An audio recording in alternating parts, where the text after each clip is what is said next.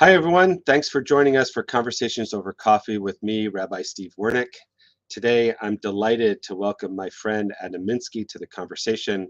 I look forward to asking him about UJA Federation Toronto, its current annual campaign, Are You Ready? And the work of Federation, especially in terms of what Adam likes to call the Global 911. Our partnerships with the Jewish Agency and the Joint Distribution Committee and others around the world for the care of the Jewish community. Before we get to that, we're on Facebook, YouTube, and BethTzedec.tv. If you like today's conversation, don't forget to give it a thumbs up and share with your friends. Comments are always appreciated and help us get the conversation to more people. If you have questions for our guests, please put them in the Facebook or YouTube chats, and we'll do our best to bring them into the show. With that out of the way, join me in welcoming Adam Minsky, the President and CEO of UJA Federation Toronto. Hi, Adam. Nice to see you. And, this is, I think, my third time joining you. And it's nice to see with the intro and how things go, the improvements and the evolution of what you're doing. This is such an important community conversation that you facilitate.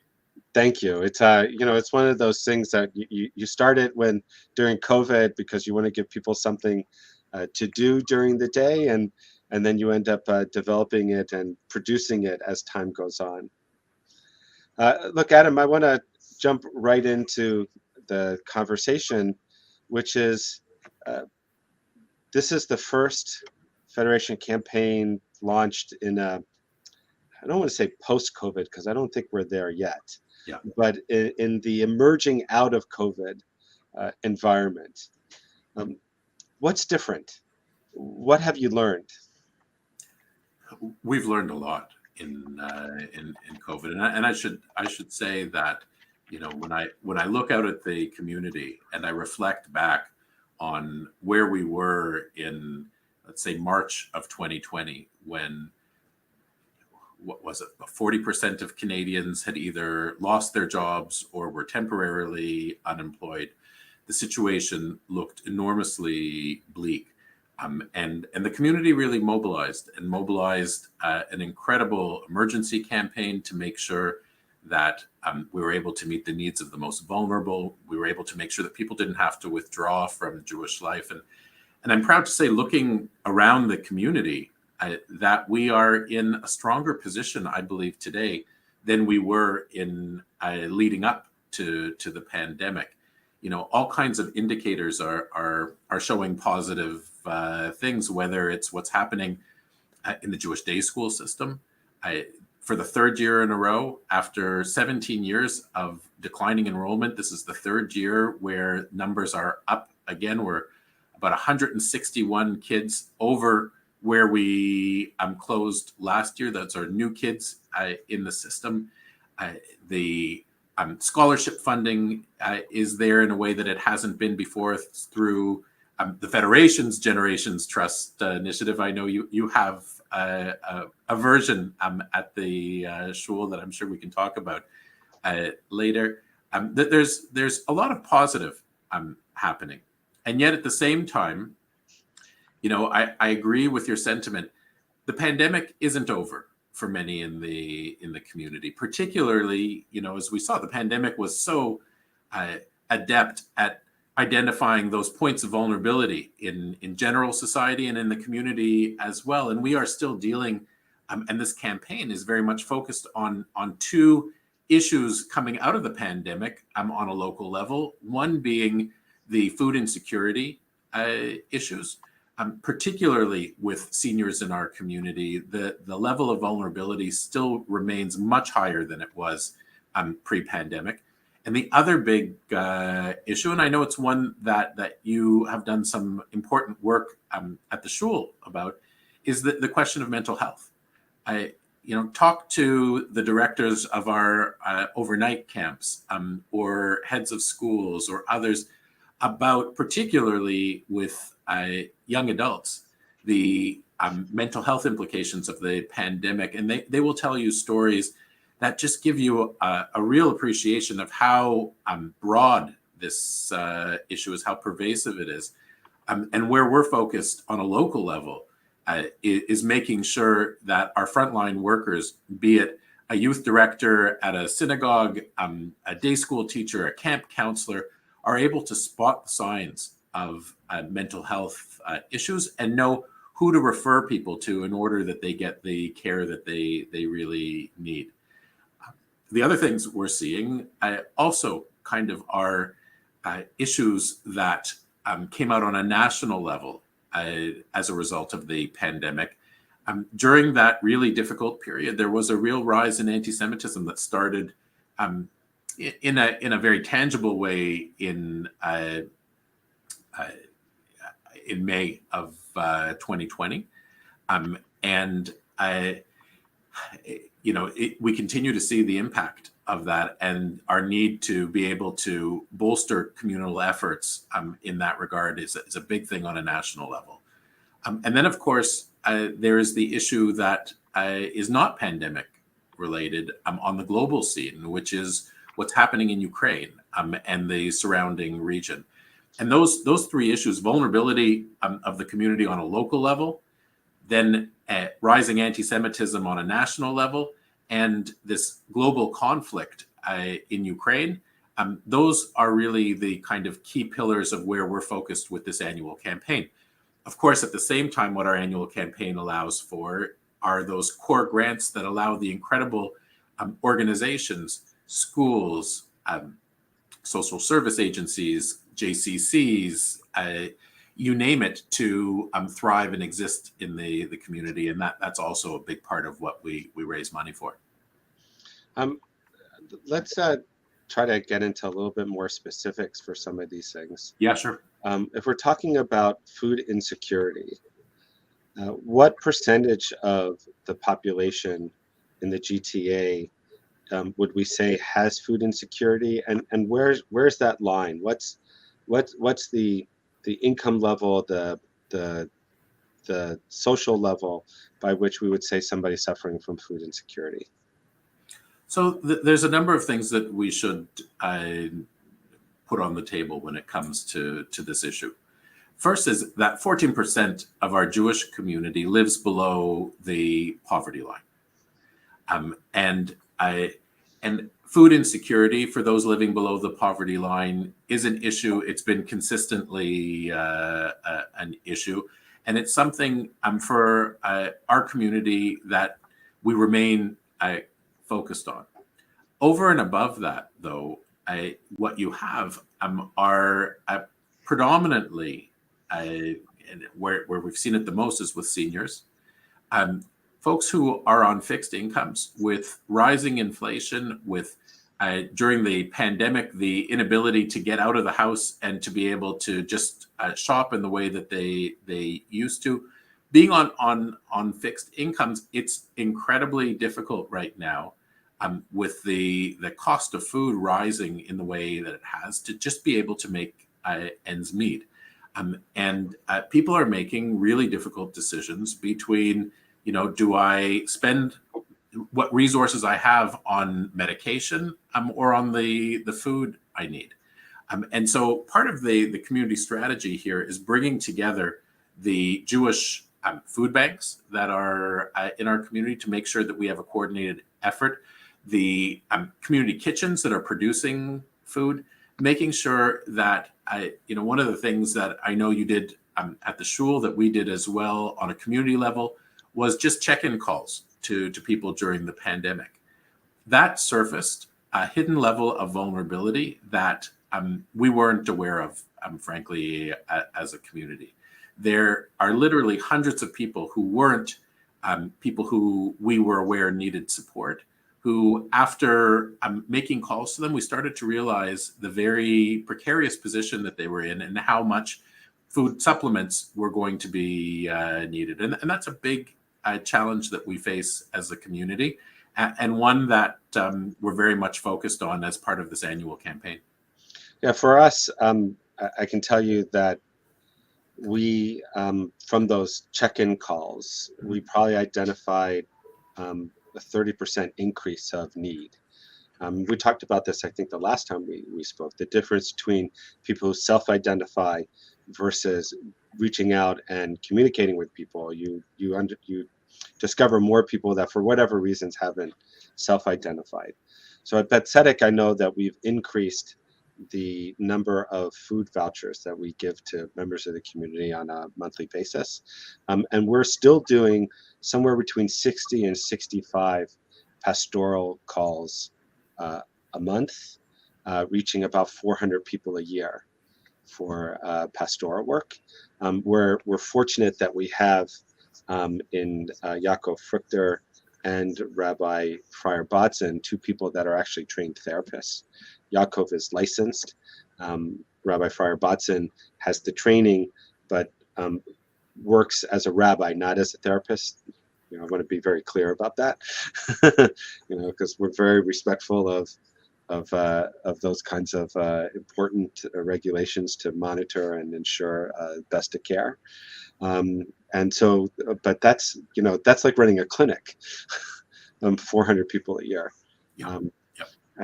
And so the mental health work is really, really important. I know that Federation sponsored a training for clergy and others in terms of how to identify, respond to with the skills that we have, and where to refer out when necessary for that. And that training is very important.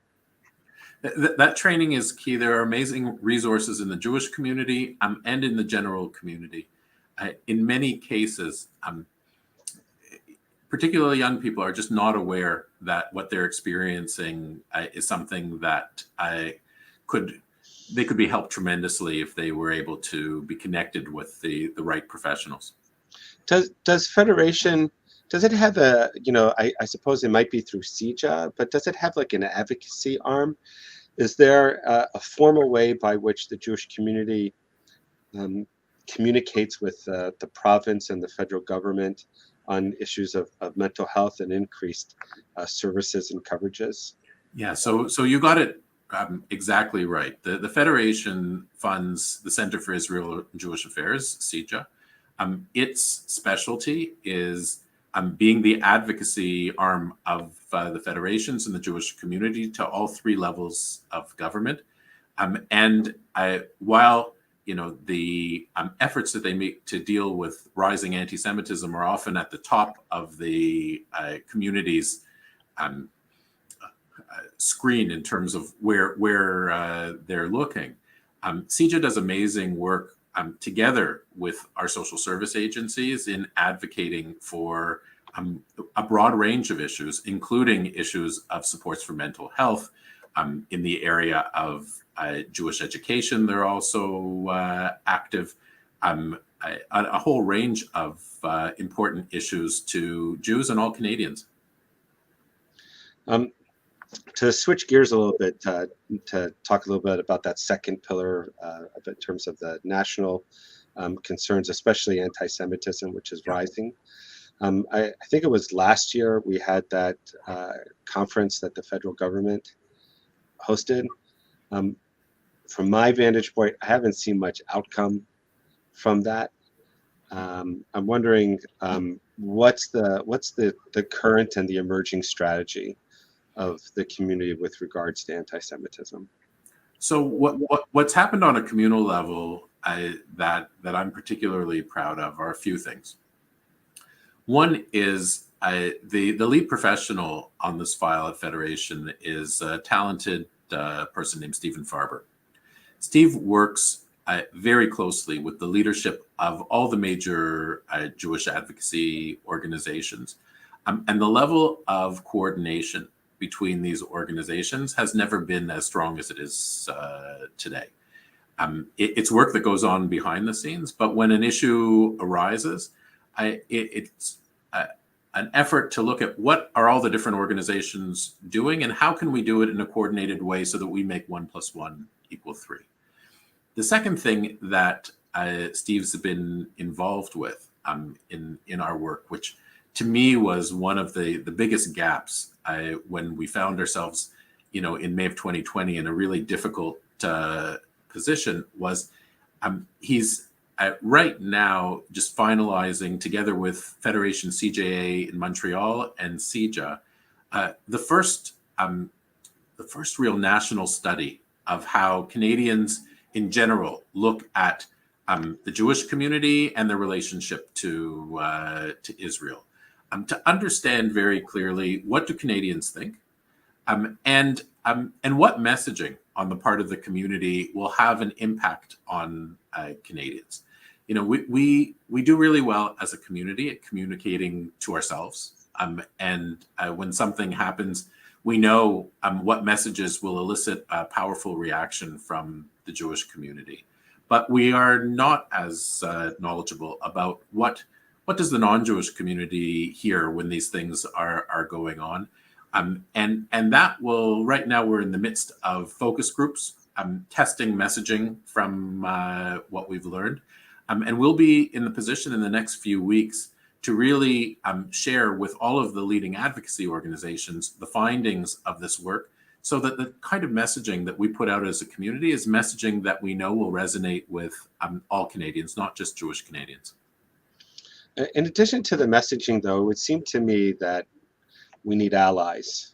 Mm-hmm. And one of the challenges that Jews have today in terms of allyship is we're nishta here, nishta there, meaning that, you know, for the right, we're not white. You know, where, you know, the right has taken up much of the anti-Semitism of the 19th century, especially of Nazi regime. And for the left, we're, you know, white colonialists. You know, and so where do we find our allies, and what role does Federation play in that? So we play a role in two ways. I mean, one, CJA does a lot of amazing work in building, you know, allyship with the leadership of different ethnocultural communities and religious communities. What Federation is doing is we're doing it on a grassroots level. So, you know, we are really focused on how do you get just regular grassroots groups in Toronto talking with the Jewish community. And what we found is most effective is when we form common cause on issues of mutual importance. I think there was a sense in the past that, you know, if we supported one community's issues, they would automatically reciprocate and support ours. And I think one of the things that we learned in May of 2020 is that that's not necessarily the case.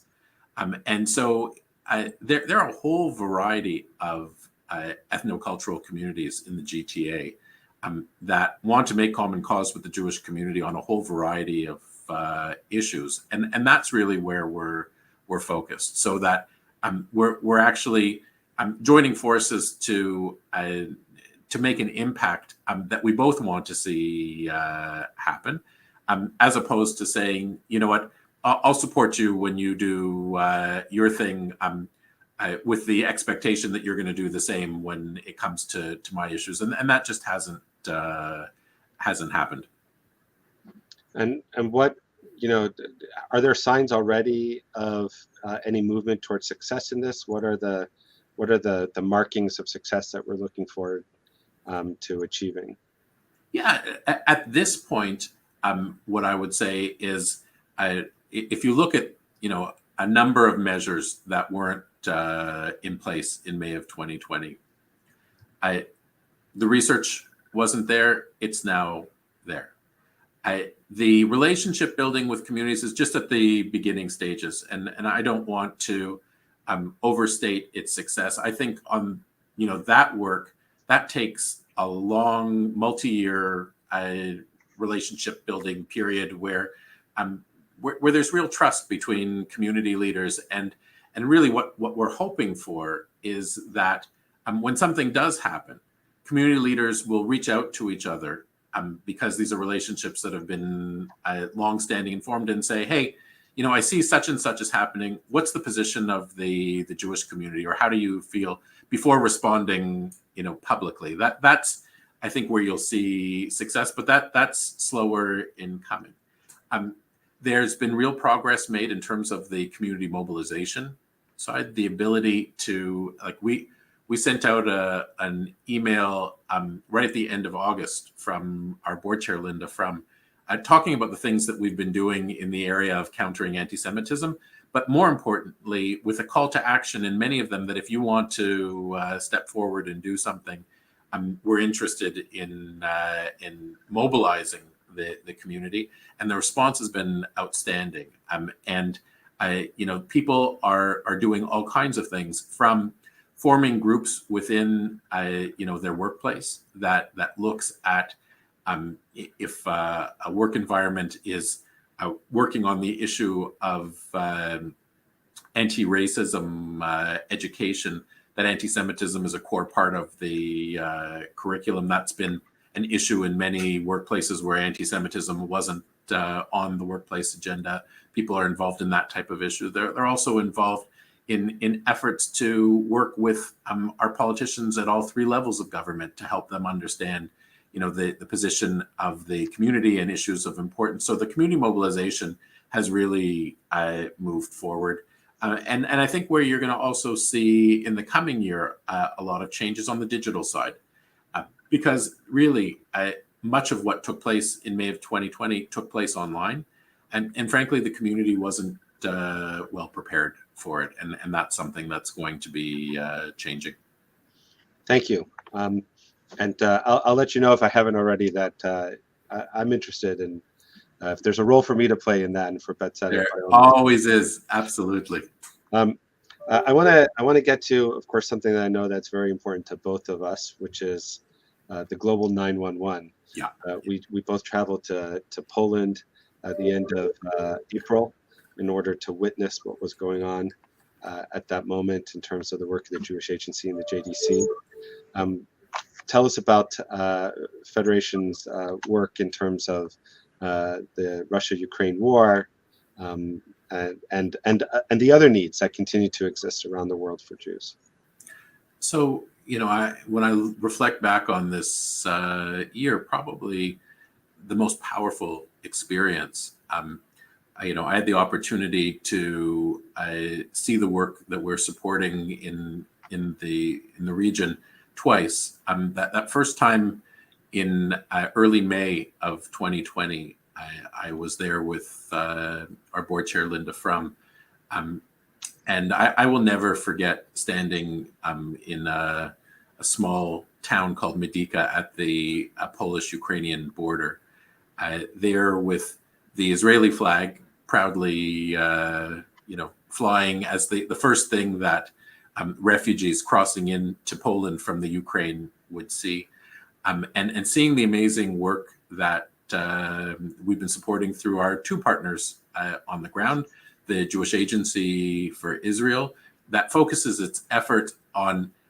particularly helping refugees from Ukraine and from the surrounding region relocate to the safety of Israel. And that's where they've really focused.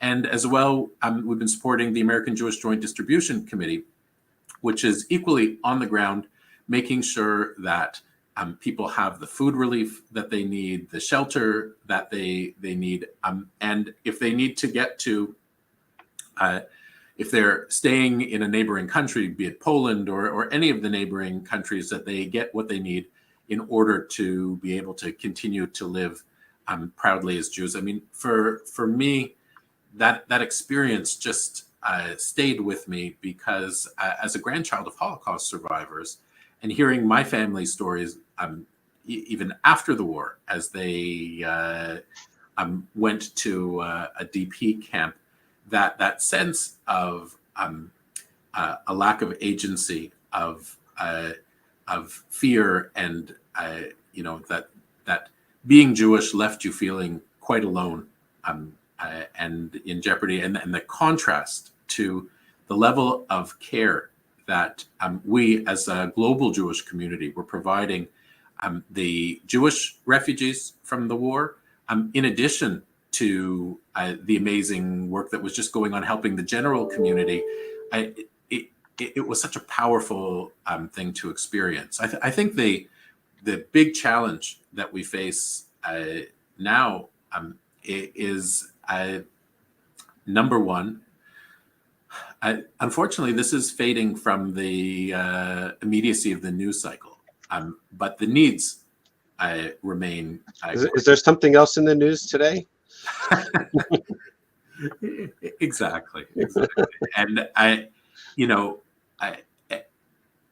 the dislocation, the people, the Jewish community of the Ukraine, for the most part right now, is back in the Ukraine. There's about 13,000 Jews who've left for Israel, and a few thousand more who have left for surrounding countries, and some even who've come to Canada, although it's a relatively small number in the big scheme of things. But the majority of Jews in the Ukraine are in Ukraine, and they are under fire. Most of them, are living in places that weren't necessarily their home community, but they're safer because they're towards the west of the country as opposed to the east. And making sure that people have their basic needs met continues to be an ongoing challenge. And then there's the enormous opportunity in Israel, where you have Jews from Ukraine, as well as from Russia and Belarus, about 33,000 already in Israel. They represent enormous potential for strengthening Israeli society. These are, talented, highly educated people that, if they integrate successfully into Israeli society, will only benefit Israel and the Jewish people. And so the resources required to help them make that transition are also things that aren't being discussed when this is kind of moved out of the news cycle. It's the largest transfer of Jewish refugees since the Second World War, in the shortest period of time. So there's something like 40,000 Russian and Ukrainian Jews that have made Aliyah since the war began, and there's another 15,000 that are expected before the end of the calendar year in the next 3 months. And that's just as you said, unlike the end of the before, during, and after the Second World War, what's amazing to me is that being part of the Jewish Agency and our local leadership and so forth, is nobody's saying no. Nobody's even saying how much is it going to cost, right? It's like we're going to do it, and then we're going to figure it out because we know we've learned that lesson from history, and the difference that not only having a state has, which is of course first and foremost that there's a place to go where everybody's welcome. That's huge, but also, as you said, that infrastructure that we've been supporting, because we've been supporting these communities for decades now, that when we saw the writing on the wall, we were able to prepare ourselves for helping people in a way that was just tremendous. And you juxtapose going to Tesco, the Costco of Europe, where it was like 1,000 people one night and 8 countries with 1 person on a laptop, versus the Jewish community that rented all these hotels. You could stay here for 30 days. There's doctors and nurses and trauma specialists and people to help you with Aliyah. And if you qualified for Aliyah, 7 days later, you could be on a plane to Israel. I think it was the chief rabbi of Poland who maybe said it, for the first time in Jewish history, it's an advantage to be a Jewish refugee. It's so true. And, to me, when I think about the annual campaign, as I was saying at the outset, that there's 2 things that we do. One is it strengthens the foundations of our community, locally, nationally, and internationally. And it enables us to address the biggest challenges facing our community. That infrastructure that the annual campaign supports, the Jewish Agency and the American Jewish Joint Distribution Committee, the fact that they were on the ground before all of this took place allowed us to, when the crisis hit, to be really in a position to do work that I don't know that there's any other community that did anything similar. And that's the beauty of the Jews coming together and focusing collectively on something as important as this. And living our values. Yeah. Like truly living our values, where these values that, people talk about Jewish values and tzedakah and tikkun olam, we use these words so often that I worry sometimes they become vacuous in terms of their meanings, until moments like this happen, and then suddenly you see how important those values are, especially when they get actualized in the field, and that's been amazing. And that's why I'm saying this proudly as a member of this community, as a contributor to the annual campaign. That's why I think Federation plays such a vital role in our communities, for all that work. And we really want to encourage people to give not only of their treasure, but also of their time.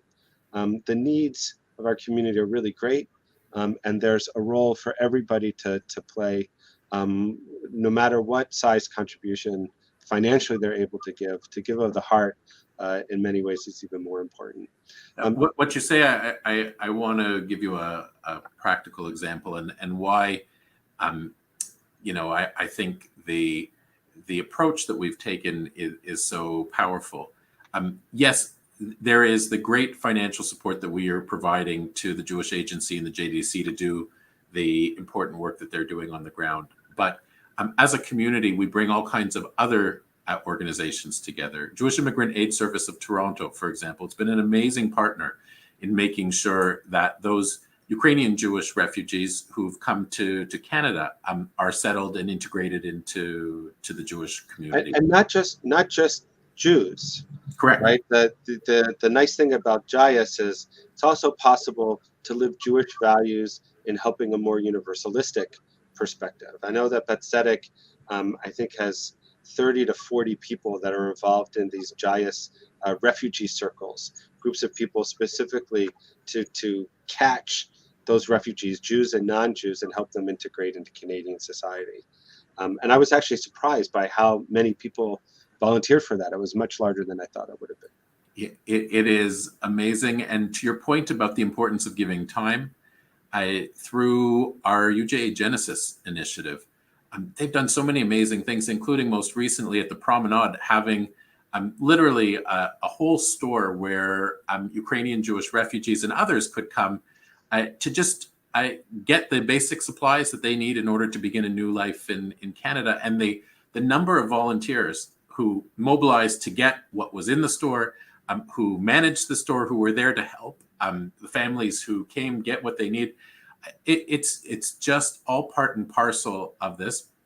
We also had volunteers who were Russian and Ukrainian speakers who went to mainly to Poland and Hungary, the surrounding communities, to help on site with their time to help these refugees as they're kind of living, some of them temporarily, some of them en route to Israel in these transit situations. We're running over a little bit, but I do want to ask you, what do you see on the horizon? There are so many exciting things. We tend to focus on some of the big challenges that are there, but there's so much opportunity in this community. So many organizations that are doing exciting and innovative things. As we look forward, we were just involved in a really interesting discussion. One of the big issues that the community is yet to tackle in a systemic way is the issue of affordable housing in the community, as we look at the needs of those who are most vulnerable. There is important work that needs to go on there. We are going to continue to learn as we ramp up the work that we're doing in countering anti-Semitism. We're going to learn a tremendous amount about how Canadians see this issue and what kinds of efforts are really working for families.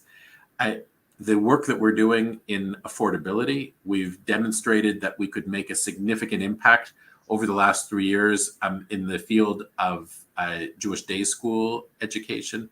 That needs to be expanded to Jewish overnight camps. It needs to be expanded well beyond just the Jewish day school question, because there are many people in this community who want access, as you're seeing at the shul, to Jewish life, but for a variety of reasons can't afford to take that leap. And it's important for the community to help facilitate that. So there's a whole variety of areas, and we're not even touching on the global opportunities. You know, on the affordability issue, it's not just people being able to afford it. It's also it's so expensive. It's sometimes hard for people to wrap their heads around spending so much money on something, right, other than their house and their car. Mm-hmm. I mean, very often Jewish education, synagogue, or membership and activity in the Jewish community can be more expensive than buying a car. You know, that's the bottom line. It becomes the second most expensive item that people invest in after their home. And so our generation's membership, which you alluded to, we thought maybe we'd get 40 households the first year when we did it. As of now, we're approaching 275 new households, more than 600 new people. The average age is 32. Wow. Of people joining the shul. And that's not even including all the new members that are joining in the other categories. But yeah, it just shows that when you lower that financial bar and you make it accessible for people to come in because you care about them, you know, and yes, I mean, like, you know, we need to raise money in order to pay the bills, but we're doing that too. You know, it's been tremendous to see what that means. All right. Thank you, Adam, for the time. I look forward to seeing you in shul these high holy days. Likewise. So Shana Tova to you, and I will see you on Monday. On Monday. Thank you, everyone, for joining us. To find out more about UJA Federation and its campaign, be sure to see them online. And to find out more about Beth Tzedec, you can see us online too, www.beth-tzedec.org. I want to wish everyone a Shana Tova U'Metuka, a happy, a healthy, a sweet, a blessed new year. Thanks for joining us. Bye-bye. Thank you.